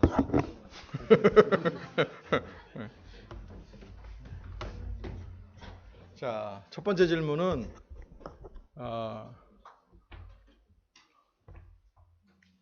결국 관심이 제일 첫 번째인 것 같아요. 제 개인적인 경험을 말씀드릴게요. 저는 여러분들이 제가 여기 원장으로 있으니까 연구하는 부분들이 별로 보이질 않아서 제가 뭘 연구하는지 잘 모르시겠지만 제 홈페이지에 들어오시면 좀 알 수. 그런데 아무래도 좀 약간 기술적으로 표현이 돼서 문화기술대학원 학생들한테 편하게는 써 있지는 않아요. 근데 쉽게 말씀드리면 저는 이 세상에 오늘 슬라이드에 조금 더 기술적인 거 들어가면 얘기할 수 있었는데 잠깐 얘기할게요. 이 세상에 있는 모든 것들이 일단 스마트해질 거라고 생각해요. 기계들이. 근데 그거의 궁극적인 목적은 우리가 즐겁게 살기 위한 거라고 생각했어요. 근데 그 생각은 제가 박사과정 때 있었던 생각이었어요. 제가 아까 우리 이성 교수님이 제 연구를 인터넷 네트워크 시스템, 디스트리뷰트 시스템이라고 얘기를 했는데 그건 뭐냐면 처음에 이렇게 생각했어요. 인터넷이 있고 인터넷이 궁극적으로 해서 사람들 사이 연결하고 네트워크가 일반화되면, 그러니까 전기 수도처럼 일반화되면 안 보일 거고 그럼 남는 건 뭘까? 사람이잖아요. 그러면 왜 네트워킹을 할까? 처음에는 기계를 연결하려고 그랬지만 궁극적으로 그게 우리 생활 속에 들어오면 결국 사람들과 사람들 사이의 소통을 위해서 이메일을 쓰면서 그런 생각을 했어요. 그 당시에 옆에 있는 사람보다 연구에 너무 막 집중을 하다 보니까 미국에 있는 애가 더 친하게 느껴지는 거야. 옆에 있는 애보다. 매일 난 메일 주고받고 너 어땠냐 그러고, 물론 시간적인 차이는 있지만 그 사람이 더 가깝게 느껴지는 거예요. 근데 그때부터 결국 우리가 네트워킹 하는 이유는 사람과 사람을 연결하는 부분이라고 느껴서 제가 한국에 돌아와서 연구하기 시작한 거는 스마트 스페이스 만드는 거였어요. 근데 그거의 핵심은 사실 이거라고 아직까지는 이거라고 생각해요. 구글 글라스가 뭐가 되든 하여튼 이러한 디바이스고, 얘를 통해서 주변의 거를 하려고 그러다 보니까 첫 번째, 사람이 돌아다니잖아. 돌아다니니까 제일 먼저 배웠던 게 어반 디자인이었어요. 그러니까 공간을 어떻게 사람들이 설계하고 어떻게 변화하는가. 그래서 아키텍처, 건축이나 도시 설계하는데 사람 책들을 막 읽었어요. 읽었더니 좋은 개념이 장소성이라는 거였어. 근데 장소성이 또 문화랑 연결이 돼요. 장소성이 뭔지 아세요? 그러니까 소위 영어로 표현하면 스페이스하고 플레이스는 개념이 달라요. 우리는 그냥 공간, 장소 막 섞어 쓰는데, 공간은 urban planning에서 한 거나 아키텍처에서 정의하는 거는 functional definition. 예. 그러니까 이게 기능적으로, 여기 같으면 이거 세미나실, 강의실, 이거의 functional meaning이에요. 이 스페이스. 그러니까 이게 스페이스 functionality지. 근데 place는 뭐냐면 그 해당되는 공간에 사람들의 사회적인 행위의 축적이야. 예를 들면 여기서 우리가 강의실로 쓰이지만 또 세미나로 쓰이고 또 어떨 때는 여기에 공연 장소로 쓰일 수도 있어요. 만약에 그런 것이, 그래 좋은 예로 제가 많이 드는 게 서울시 시청 앞에 광장이에요. 수시로 막 변하죠. 처음에는 그냥 거기 잔디밭으로 자기네들 뭐 공공장소로 그냥 쓰이려고 그랬어. 사람들 그냥 왔다 갔다. 근데 월드컵 때문에 확 바뀌어버렸어. 거기가 뭐 국가적인 경기하면 거기로 다 몰려들잖아. 그 다음에 촛불 집회 때문에 또 변했어요. 데몬스트레이션, 사회적인 뭔가 의견을 막 낼 때 그 공간이. 그럼 같은 공간인데 여러 가지 중첩된 장소성을 갖게 되잖아요. 그래서 그 다음에 제가 또 본 게 뭐냐면, 공간이 그렇게 변하는데 왜 변할까? 사회적인 사람들의 비हे비의 축적이라고 그랬잖아. 그럼 사회 심리를 공부하기 시작해야 되겠다. 그래서 사회학하고 인력 하시는 분들을 막 만나기 시작했어요. 그래서 최근에 들어서는 동혜임 교수하고 많이 얘기 나눠요. 왜냐하면 공간에서 사람들을 만날 때 누구를 더 믿을 수 있는가가 또 굉장히 중요하거든. 그래서 작년에 얘가 자꾸 예를 드는데 작년에 썼던 논문 중에 하나는 반이 레퍼런스가 사회심리학이에요. 컴퓨터 사이언스의 논문을 냈지만 그래서 이익은 봤어요. 왜냐면 걔네들이 하나도 못 알아들으니까. 지들이 읽어봐야 알지. 일단 그걸 한번 먹고 들어가는 거야. 좋은 컨퍼런스 갈 때 딱 해서 너희들이 버넷이라는 친구가 사회심리학자인데 1972년도인가 그 이론을 만들었어요. 그거부터 딱 시작해서 거기부터 가니까 지들이 그걸 알면 아규를 할 텐데 모르잖아. 뭐 그런 유리한 점도 있어요. 그래서 제 경험을 비춰서 얘기하면 결국 학문에 대한 어떤 열정? 그게 어렵다고 생각하면 제가 뭘 백그라운드가 있어 특별해서 건축책을 읽으면서 물론 건축에서 하시는 분을 보면 제가 알고 있는 지식은 대학원생 수준 정도밖에 안 될 거라고 봐요. 근데 파워는 어디서 나오느냐? 그거를 건축하는 사람 입장에서 보는 게 아니고 제가 하는 입장에서 보는 그 한 가지 예를 하나 들어드릴게요. 건축하는 사람들이 많이 요즘 지난 몇 년간 하는 얘기 스페이스 신텍스라는 게 있어요. 스페이스 신텍스는 뭐냐면 한 이렇게 건물 같은 데 하면 그거를 위전으로 나눈 다음에 사람들이 그 펑셔널리티에 따라서 어떻게 무브먼트 패턴 하는가를 연결고리를 만드는 거예요. 그래서 그걸 바탕으로 어디다가 광고판을 놓고 어디다가 전등을 하고 막 하는 걸 해. 근데 그건 굉장히 1차원적인 생각이거든. 아까 말한 대로 공간이 다양한 시멘틱을 갖기 시작하면 스페이스 신텍스가 아니고 스페이스 시멘틱이 돼야 되잖아. 근데 아직까지는 스페이스 신텍스 갖고 막 얘기하고 있는 거예요. 근데 저 같으면 제가 그 얘기를 막 하거든. 플레이스니스 얘기하고 스페이스 시멘틱 얘기하면 무슨 얘기하나. 건축도 잘 모르는 인간이 와가지고 딴 얘기한다고 이렇게 얘기를 해. 그러니까 거꾸로 저는 반대 입장에서 아까 경계점이라고 했잖아요. 내가 반대 입장에서 그걸 바라보니까 다른 것들 우리가 하고 있는 마이닝이라든지 여러 가지 알고리즘 같은 거를 섞으면 훨씬 더 다양한 형태의 건축할 수 있는 가능성, 도시 설계라든지 공간 설계할 때 많이 써먹을 수 있을 것 같은데 그걸 못 넘어가는 거예요. 그러니까 우리가 갖고 있는 강점은 제가 봤을 때는 바로 그거예요. 그러니까 제가 이 기회를 빌어서 다시 부탁드리고 싶은 거는 새로운 거 배우는 거 두려워하지 마세요. 우리 교수님들한테도 제가 그 얘기해요. 어렵고 힘들죠. 당연히. 근데 어렵고 힘들다고 해서 안 하면 문화기술대학원에 있을 이유가 별로 없어요. 이 안에 있을 이유가 별로 없다고. 그러면 그냥 자기가 하는 전공하는 그 과에가 있으면 돼. 교수님들도 마찬가지고 우리 다 학생들도 마찬가지예요. 편하게 갈 거면 그쪽에 가서 거기서 그 친구들하고 호모지니어스하게 경쟁하면 되지. 굳이 여기서 뛰어온 이 여러분들의 그 용감한 마음이 결국은 학문에 대한 열정 아니겠어요? 새로운 거를 알고 싶어하는. 내가 뭔가 문제를 생각했을 때 옆에 거도 같이 보면 더 좋을 것 같은데 그 마음을 잃지 마세요. 그리고 그게 내가 봤을 때는 우리가 여기서 같이 모여서 학문하고 연구하는 목적이라고 봐요. 그리고 지난 10년 동안 그 열정이 지속됐기 때문에 우리가 있고 다음 10년을 우리가 또 준비를 하는 거죠. 그리고 다음 10년은 제가 봤을 때는 지금보다는 훨씬 더 로지한 것 같아요. 안 그렇습니까? 우 교수님? 별로 대답이 시원치 않네. 그렇죠, 이상인 교수님? 네. 오케이. 넘버 2. 가장 뿌듯해지는 순간? 성과? 가장 뿌듯해지는 순간은요. 저거였어요. 제가 여기 맡았을 때 그게 2011년 5월이었어요. 근데 그때가 저희들 그 문화기술대학원 예산이 가장 최 밑바닥이었어요. 밑바닥이었는데 제가 이건 학문적인 게 아니야. 인간관계예요.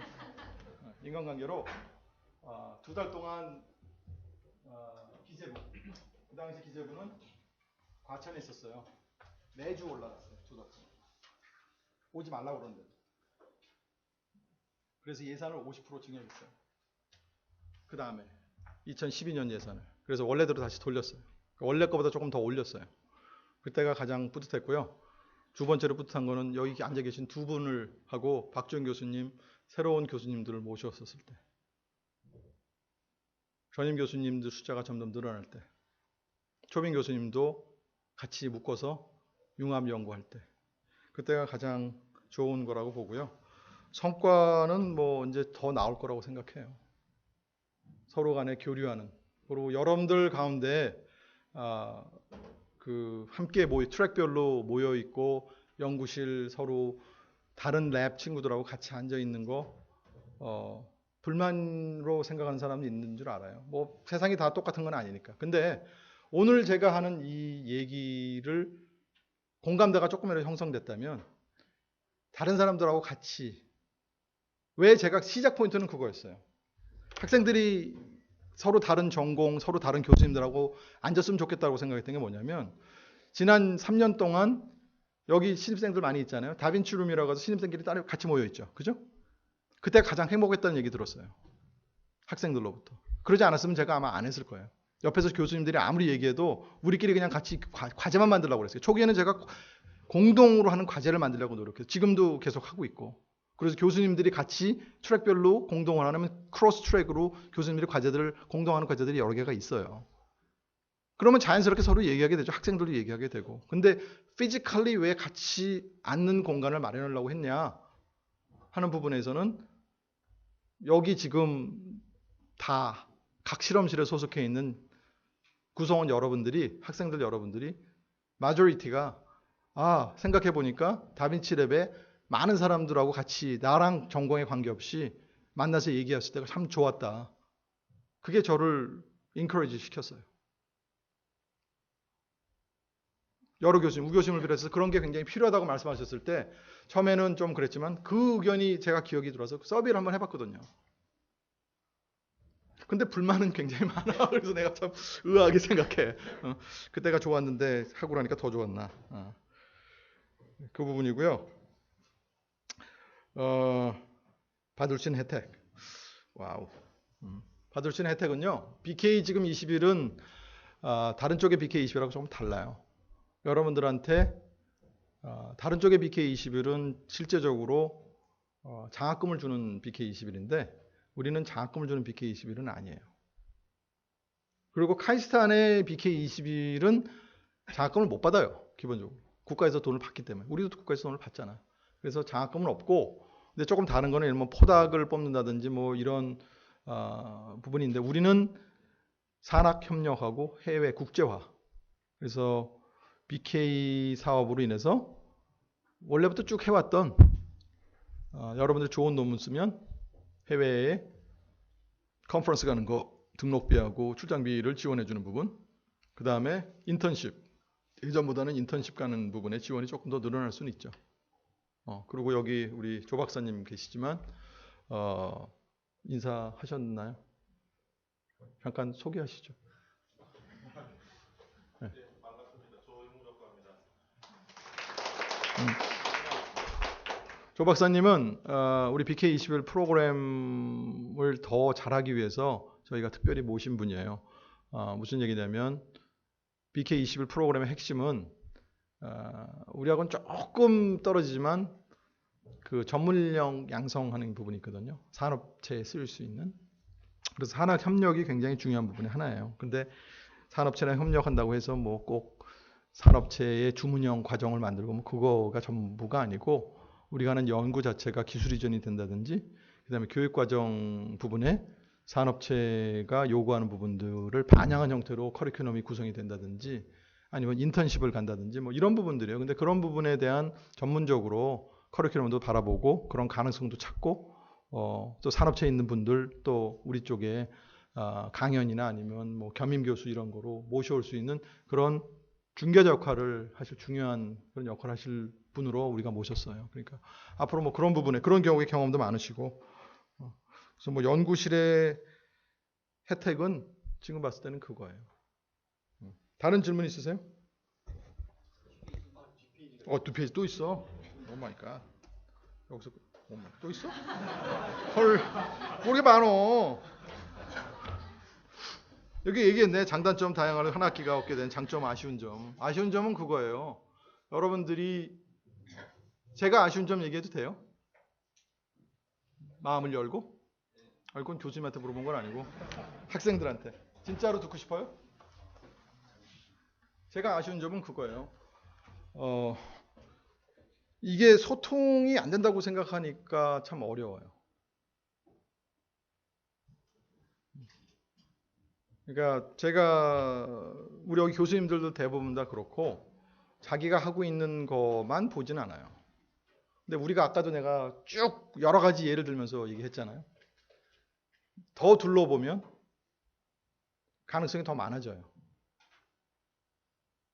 그리고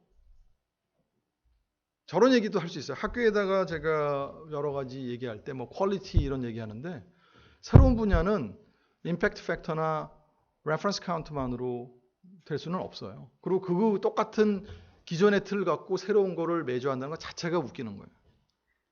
역사는 우리가 사실 만들어요. 근데 공감대는 늘 얻어야 돼요. 그렇죠? 공감대는 늘 얻어야 되고, 그래서 뭐 새로운 저널도 만들 수 있는 거, 새로운 컨퍼런스도 만들 수 있는데 기존에서도 잘하면서 자기 분야를 딱 하니까 사실 어려워요. 두 가지를 다 해야 되니까. 근데 그런 걸 더 잘하려면 주변이 다른 쪽에서 뭘 하고 있는가, 자기가 하고 있는 부분만 파고 들어간다 그러면, 예를 들면 이성희 교수님 예를 한번 들어볼까? 컴퓨터 그래픽스, 키네매틱스를 이용해서 컴퓨터 그래픽스만 쫙 본다고 쳤을 때, 만약에 그게 그냥 기계적인 일반 모든 사람들의 일상적인 무브먼트만 본다 그러면 뭐 별로 그것만 보면 될 것 같아요. 근데 이것을 예술가의 동작, 춤, 연극, 팬터마임, 아니면 다른 뭐 형태의 영화 속의 무브먼트 다 다르잖아요. 표현하는 게. 여기 예술하시는 분들 많으니까. 여기 가수 전직이라고 그래야 되나? 물어볼게. 현직. 잠시 내려놓은 박사과정 하느라고. 예술하시는 분들. 이 노래하면서 나오는 자연스러운 움직임, 자기가 미리 예측하고 하는 거 아니잖아요. 그죠? 근데 그거 자체를 해서 컴퓨터라이즈해서 가수 형태로 뭔가 만들어서 해보고 싶다. 그러면 그냥 일반적인 동작으로 해석은 안 될 것 같아요. 컨텍스트란 게 굉장히 중요할 것 같아요. 똑같은 거 반복하지 않을 거거든.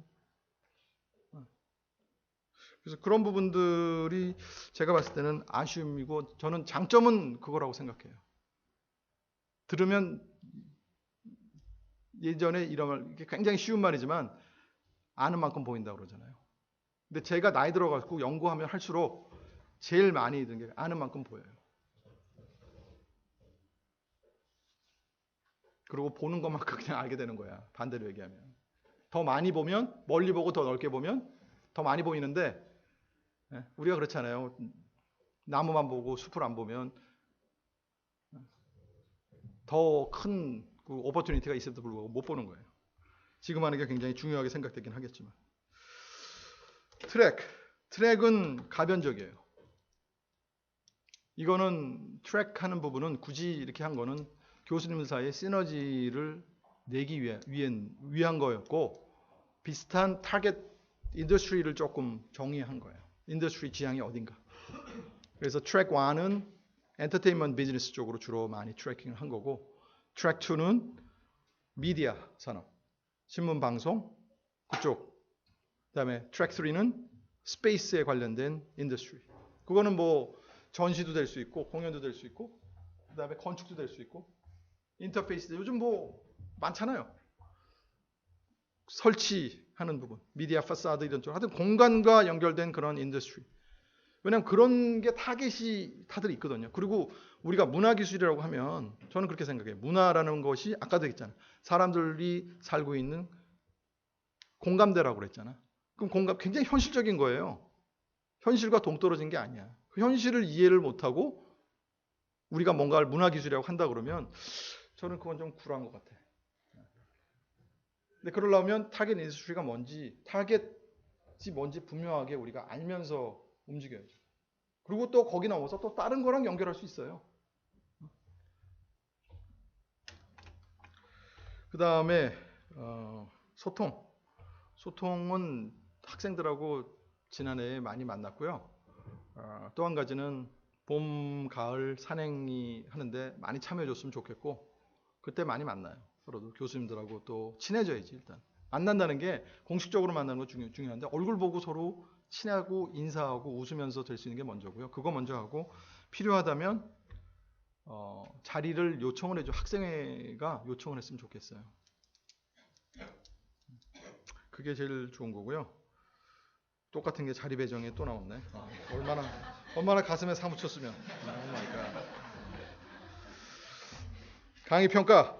강의평가는 교수님들의 월급 인센티브에 직결됩니다. 그러니까 당연히 되고 있다고 보시면 돼요. 강의 평가가 나쁘면 제가 점수를 안 주고 돈이 적게 나갑니다. 쉽게 얘기하면 그거예요. 이 세상이 돈으로 전부가 아닌데 우리 교수님들이 또 인센티브에 굉장히 민감하죠. 그래서 그렇고요. 연구실당 1인당 한 해 학회 비용 참가 자격과 지원 범위 확대될 계획. 확대는 될 건데요. 까다로워질 거예요. 왜냐? BK는 기본적으로 BK 기준이 있어요. BK 기준이 뭐냐면 뭐 그거 갖고 또 사기치는 또 학회도 있습니다. 5개국 이상, 그 다음에 acceptance rate이 25%죠. 25%. 그러니까 쉬운 건 아니에요. 요즘 괜찮은데 18% 정도 되고 25%면 B급 이상은 돼요.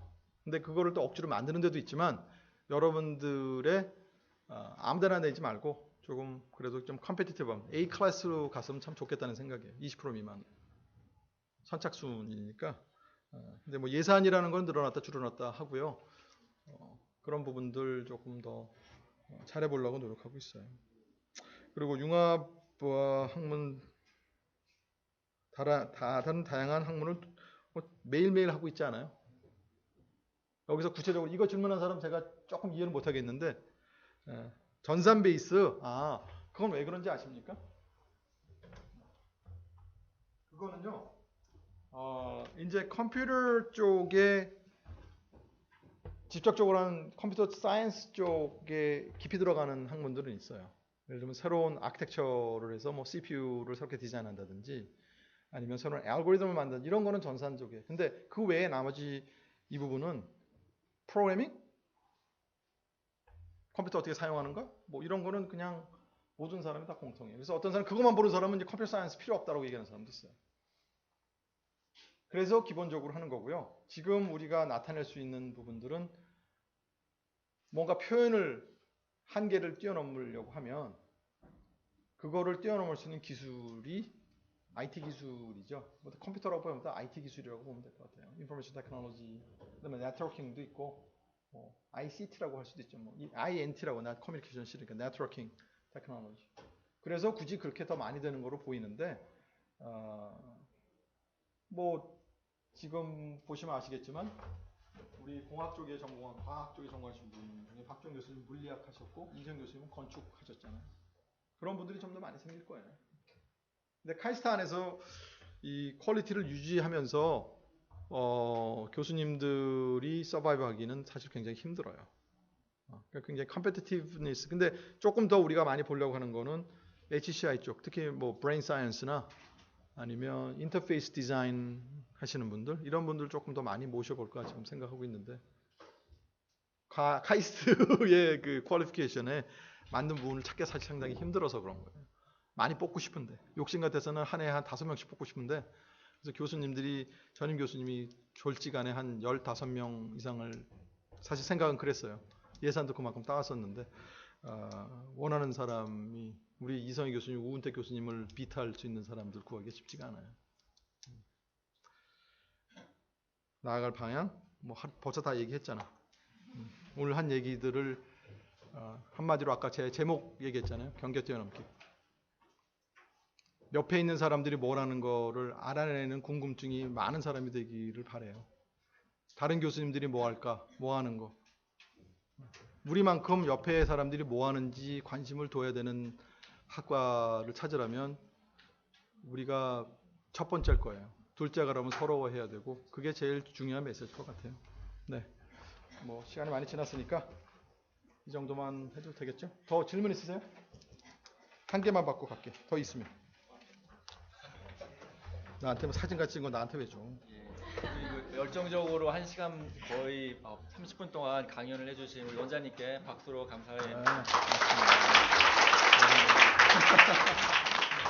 네, 원장님 다음에 피자 가능하신가요? 아니요, 지금 논문 마감이 걸려서 참여 교수님 기다리고 있어요. 예, 지금 부전공 설명회 가셔야 돼서 지금 아쉽게도 참석 못하시지만 학생 여러분들은 옆자리로 옮겨서 우리 또 다 같이 피자를 하면서 대화를 나누는 시간을 갖도록 하겠습니다.